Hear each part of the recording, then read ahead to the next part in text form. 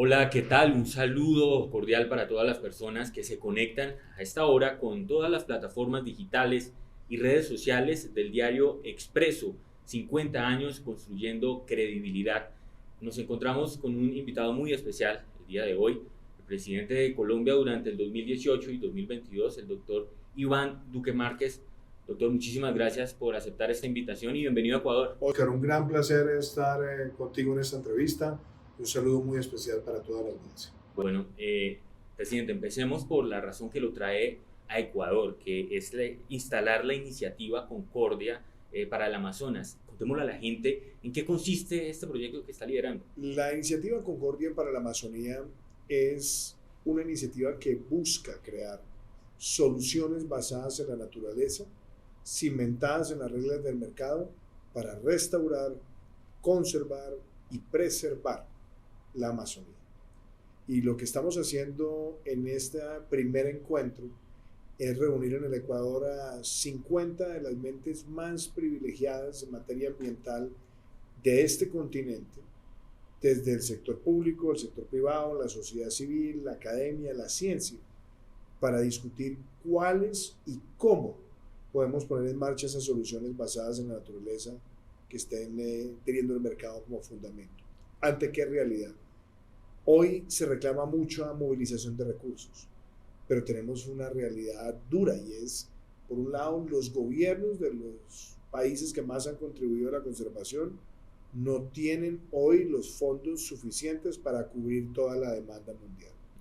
Y por otro lado, una muy buena parte de los países que corresponden al sur global están altamente endeudados y no tienen el espacio fiscal para hacer todas estas inversiones. Entonces, por lo tanto, se requiere el papel del sector privado y con herramientas que permitan movilizar masivamente recursos, pero que le lleguen a las comunidades indígenas, que le lleguen a las comunidades campesinas y que podamos proteger efectivamente la Amazonía de esta terrible tasa de deforestación que hemos tenido durante las últimas 4 décadas y que ha llevado a que en estas 4 décadas el bioma amazónico haya perdido el equivalente al tamaño de Francia y Alemania conjuntamente.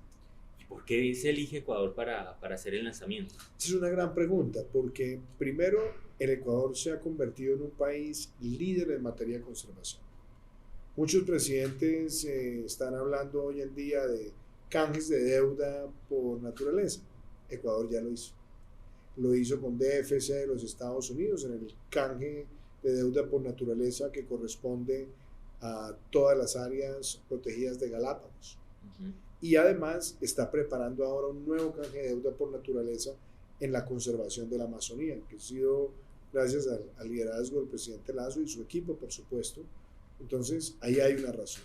La segunda, porque Ecuador ha sido uno de los países que más ha trabajado para que el área protegida de hermandad entre Ecuador, Colombia, Panamá y Costa Rica tenga la vigencia que vimos a partir del lanzamiento en la COP26. Pero adicionalmente, porque vemos que el Ecuador es un país que ha logrado articular políticas públicas con indicadores, con gerencia y con gestión para mejorar la conservación de la Amazonía. Entonces, hacer ese primer encuentro acá, estar en Tena, estar en una geografía bella, en contacto con la naturaleza, con las comunidades indígenas y poner al Ecuador como el primer lugar para hacer este gran encuentro, pues es reivindicar también lo que hoy el Ecuador es, y es un país que se ha puesto la camiseta de la conservación, lo ha hecho con gran liderazgo y de manera acertada. ¿Cómo lograr, presidente, que los países con incidencia en el Amazonas se articulen de una manera concreta y práctica para Bueno, usted recordará que en el año 2019 lanzamos el Pacto de Leticia, y el Pacto de Leticia reunió a todos los países amazónicos con unos objetivos, unas acciones. Hubo también unos compromisos que fueron asumidos, y obviamente el reto que tenemos hoy es ir multiplicando ese esfuerzo para lograr movilizar los recursos, optimizar los recursos y enfrentar los fenómenos comunes. La deforestación criminal, producto de la minería ilegal o del desarrollo ilegal de maderables o de la ganadería ilegal o de los cultivos ilícitos, amerita que todos actuemos. Pero también el trabajo con las comunidades y tener esa combinación de la zanahoria y el garrote, la zanahoria del pago por los servicios ambientales, pero el garrote también de tener legislaciones contra crímenes ambientales que tengan sanciones verdaderamente severas a esos crímenes, porque una de las características tristes que vemos en varios países es que muchos de estos delitos ambientales eran escarcelables. Entonces yo creo que de ahí hay un mensaje, una especie de piedra angular, y ahora que se habla de nuevas cumbres, pues yo creo que lo más eficaz es la movilización de capital, la conservación, la protección, pero eso no se logra si no hay imperio de la ley contra los crímenes ambientales. Presidente, usted llega a pocas semanas de un contexto político que incluye a la Amazonía ecuatoriana, porque se citó a los ecuatorianos justamente a decidir en una consulta sobre el Yasuní, sobre el sí o el no a la extracción de petróleo en este sector. ¿Cuál es su perspectiva respecto a primero, en el Yasuní ya hay producción y hay extracción, ¿cierto? Ahora lo que se está haciendo es, después de un tiempo, llevar nuevamente este tema de discusión. Yo creo que las áreas protegidas son importantes, también creo que el balance de la transición energética es importante, y me parece que el Ecuador tiene que prepararse para la decisión que asuma la gente en las urnas. Si la gente definitivamente quiere que no haya más exploración, más explotación en el Yasuní, bueno, eso va a significar que se va a perder una fuente importante de los recursos que el Ecuador requiere. Entonces, eso requiere actuar con responsabilidad. Y si las personas están diciendo, bueno, sigan entonces con la explotación, aún con el visto bueno eventual que pudiera surgir de las urnas, lo cierto es que hay que seguir siendo muy estrictos y muy rigurosos para proteger semejante ecosistema. Entonces, yo creo que la democracia ecuatoriana va a haber unas consultas más interesantes que hayamos visto en el hemisferio en materia ambiental, pero el principio rector tiene que ser el equilibrio. Y sobre todo, que sabiendo las consecuencias que traería el cierre de Yasuní, empezar a buscar desde ya las fuentes alternativas ante cualquier decisión que pueda surgir del mandato popular. Pues usted estuvo presidente hace más o menos una semana en el Congreso Mundial de Juristas, justamente con el presidente Guillermo Lasso, con el primer ministro de Canadá y otras personalidades, hablando de un tema que acaba de mencionar, que es la transición energética y demás. ¿A qué conclusiones se llegó en ese Congreso? La transición no se hace sin transmisión. Entonces se necesita más energía solar, más energía eólica, acompañarla con energía, con fuente hídrica, buscar geotermia, buscar biomasas, buscar otras fuentes y tener una matriz diversificada, pero diversificada en función de una generación más limpia en materia de electricidad. Claro, muchos de nuestros países han hecho transiciones energéticas. Colombia tiene una matriz para generar electricidad las más limpias del mundo. Si se suma el 75% que hay de fuente hídrica, más lo que hicimos con la ampliación de las fuentes renovables no convencionales, estamos hablando de que vamos a estar por encima del 84-85% muy pronto, y aún así Colombia ha seguido produciendo hidrocarburos, pero la ha ido produciendo con mayor responsabilidad, porque nosotros no podemos perder nuestra principal fuente de ingresos, de recaudo tributario, inversión extranjera directa. Entonces yo creo que esos balances son pertinentes hacerlos. La transición está acelerándose, viene, será fuerte, pero vamos a ver durante todavía un tiempo largo que el petróleo no se va a ir. Entonces, para un país como Colombia, el petróleo no es su principal fuente de generación de energía, de hecho no lo es, no está presente allí, pero sí es una fuente importante de recursos para la nación. Entonces yo creo que el mensaje es transmisión, economía basada en las reglas del mercado y garantizar que el sector de hidrocarburos, aun cuando esté presente mucho más tiempo, también vaya afianzando sus prácticas ambientales para reducir su propia huella de carbono. ¿Y usted considera, presidente, que a nivel latinoamericano los gobiernos y digamos la actualidad política está decidida en ir en esa dirección de una manera? Yo creo que sí. Hay países que hablan mucha carreta. Uno no puede ver, hay unos demagogos que dicen hay que acabar el sector de hidrocarburos. Hay que acabar el sector de hidrocarburos y dónde está la fuente de recaudo, la fuente de inversión extranjera directa, la fuente de divisas, la capitalización bursátil. Y mucho más cuando, por ejemplo, en el caso de Colombia, el sector de hidrocarburos tiene una huella de carbono que está por debajo del promedio regional. Y aún así nosotros tenemos más del 80-83% ya en energías renovables entre proyectos en marcha, ejecutados y inaugurados. Entonces, yo creo que países como Colombia no se pueden dar el lujo de perder su principal fuente de recursos. Sí podemos seguir acelerando la transición, pero no matar la gallina de los huevos de oro porque no hay con qué sustituirla. Y creo también que en paralelo nosotros tenemos que darnos cuenta que para que la transición funcione tiene que haber inversión. Y para que haya inversión tiene que haber confianza. Y para que haya confianza tiene que haber estabilidad en las reglas de juego. Y para que haya estabilidad en las reglas de juego no podemos tener gobiernos que estén tratando de imponer dogmáticamente ideologías sobre las reglas del mercado. Y yo creo que esas son lecciones que hay que tener en cuenta. Países que estén alterando esas reglas la van a pasar muy mal.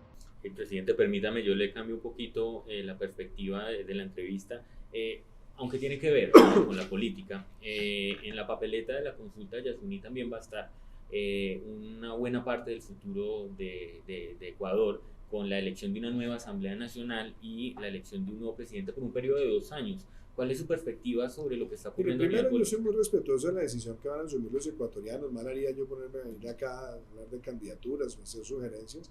Lo que sí creo es que el Ecuador ha tenido un triunfo grande, importante, en su historia reciente, y fue haber derrotado el caudillismo y la demagogia.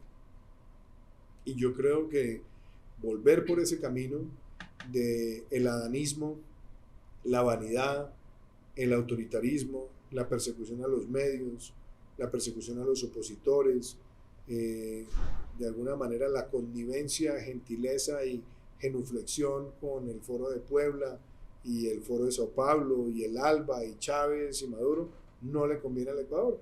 Y yo estoy seguro que el pueblo ecuatoriano sabrá escoger quién será esa opción distinta al retorno de la demagogia y el populismo, y confiamos en que el pueblo ecuatoriano tomará la decisión más sensata, porque es evidente, el Ecuador ya experimentó lo que trae el caudillismo, que se vuelve adanismo y que se vuelve además corrupción, imposición y de pronto hasta abuso de poder.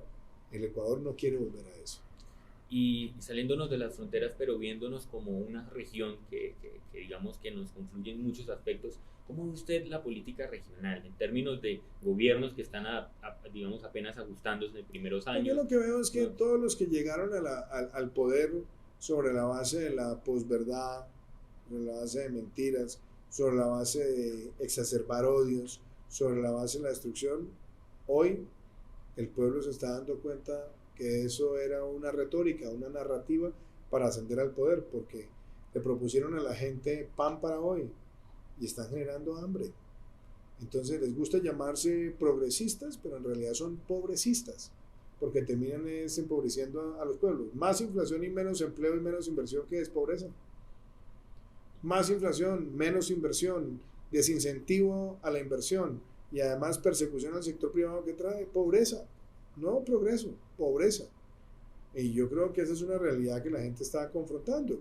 Y también la gente se da cuenta. Mire, le voy a dar un ejemplo sobre cosas que para muchos países no son tan relevantes. Para Colombia fue una discusión. En Colombia nosotros tenemos una ley que fija los aumentos anuales del salario de los miembros del Congreso, que además es una orden que se firma por parte de la Contraloría. La Contraloría General de la Nación es la que emite esa orden, para que esa orden sea ejecutada por parte del presidente de la República. Durante todo mi gobierno, cada vez que cumplíamos con la ley, salía la extrema izquierda a atacar con toda suerte de vejámenes, improperios y llamados al odio y a la destrucción. Y ahora que les toca hacer gobierno, cuando tienen que hacer lo mismo, sí dicen, no, es que esto es lo que la ley manda. Esas hipocresías la gente las está viendo. O que, por ejemplo, durante nuestro gobierno, cuando nosotros ejercíamos la diplomacia presidencial, el presidente se la pasa viajando. Y hacían eso para generar odio, fractura, ataques. Y ahora ya han viajado más en el primer año de lo que hicimos los últimos 4 presidentes. Esas hipocresías la gente las ve y les pasa factura. Y lo mismo está pasando en otros países del continente. Les encantó alebrestar a la ciudadanía para buscar el ascenso al poder y llamar a esas expresiones estallido social y propiciar la violencia para tratar de hacer ruido y poner a la sociedad en contra de quienes generan empleo. Hoy se están dando cuenta que como gobernar es complejo, pues no son capaces de responder ni con ideas, ni con propuestas, ni mucho menos con gerencia. Entonces, eso hace parte de la razón por la cual el péndulo está cambiando y lo vamos a ver cambiando en elecciones nacionales y regionales más temprano que tarde. Presidente, usted tiene toda la razón con lo que indica en términos de lo que la gente está sintiendo en materia económica, ¿no?